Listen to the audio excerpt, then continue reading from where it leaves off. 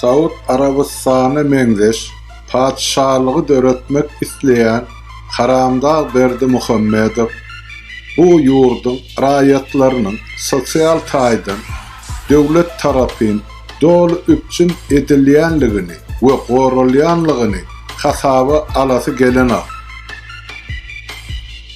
Türkmenistanyň ilaty beýle ýeňillikler barada arzu hem edip bilenok. Türkmenistanyň azy harytlary diňe pasport we ýaşaýyş belgisi bolan adamlara satylýar. Ol hem diňe ýaşy uly adamlar göz öňüne tutulup satylýar. Çağalar üçin un, kan we çörek satmak göz öňüne tutulmaýar. Harytlar dukanlara hepde bir gedek özü de iş wagty getirilýär.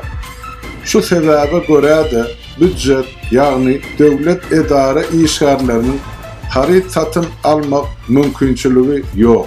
Bölekliň doňdurulan Awstraliýadan hemde Hindistandan getirilen saklanyş we ullanyş möhleti bir eýýan gutoran kengurunyň we ýaklaryň etini Türkmenistanyň döwlet dukanlaryna Haramdağyň ýegerleriniň firmalary getirýär.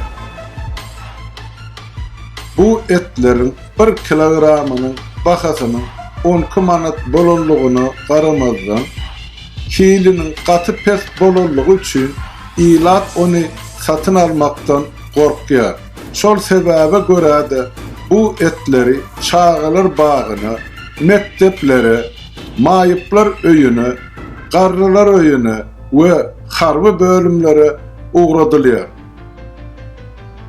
Bu etin ullanmagy netijesinde Lewap welaýatynyň çağalar bagyna hemde Ahal welaýatynyň harby bölümlerine agyr içeri keselleriň ýüze çykmagyna getirdi. Çeşmelerde gelip gowuşýan habarlara görä komandirler bu hadisalary gizlemek maksady bilen kesellen esirleri harby gospitalda däl yerli grajdan keselhanalara yerleşdiripdirler. Olar eger bu işlerin üstü açylsa, onna Gorunmak Ministrliginiň ketdeleri bilen bir hatarda özleriniň hem ceza çekmek howpuna uçurajagyndan howatyrlanýarlar.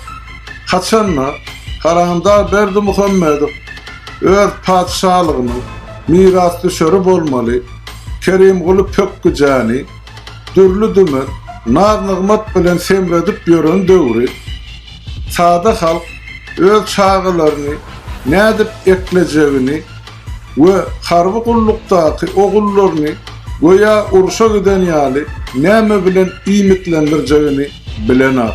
Ýurdun ähli baýlyklary Haramdağ Berdimuhammedowyň tohumynyň jübüsini galňatmagy harçlanýar.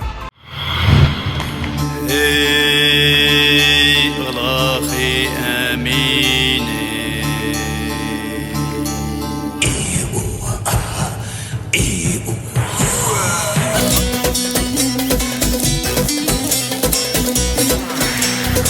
adan yolu, atlanalım, atlanalım. Adan yolu,